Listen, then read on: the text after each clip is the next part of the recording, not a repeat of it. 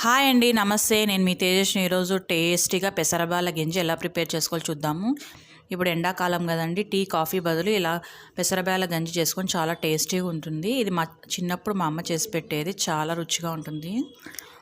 మన ఒంట్లోని వేడి కూడా బాగా తగ్గిస్తుంది. ముందుగా స్టవ్ ఆన్ చేసి ఇలా గిన్నె పెట్టుకొని ఒక 1.5 గ్లాస్ పెసరపప్పు వేసుకొని లైట్గా వేపుకుందాము.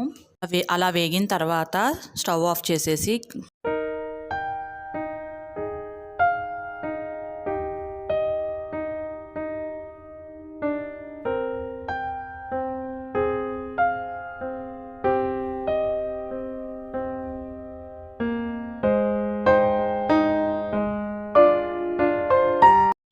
ఇప్పుడు పెసరబేళ్ళలోకి వాటర్ వేసి బేళ్ళన్నీ బాగా వాష్ చేసుకుందాము. అలా వాష్ చేసుకున్న తర్వాత అందులోకి వాటర్ వేసి ఇలా ప్లేట్ వేసి సిమ్లో పెట్టి బాగా మెత్తగా ఉడికే వరకు బేళ్ళు ఉడికించుకుందాం. ఇలా మెత్తగా ఉడికిన తర్వాత చెక్ చేసుకొని ఒకసారి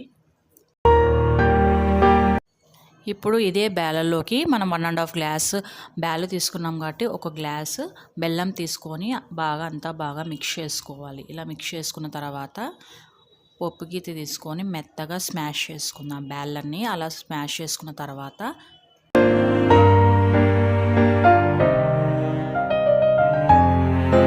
ఇప్పుడు చిక్కటి పాలు ఇలా తీసుకొని ఒక గ్లాసు బేళ్ళల్లోకి వేసుకొని బాగా మిక్స్ చేసుకుందాము.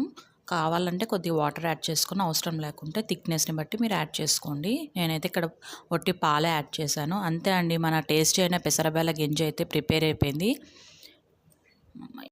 ఇంకా గ్లాసెస్ తీసుకొని సర్వ్ చేసుకోవడం అండి. మీకు ఈ వీడియో కనుక నచ్చినట్లయితే మర్చిపోకుండా like, share and subscribe my channel.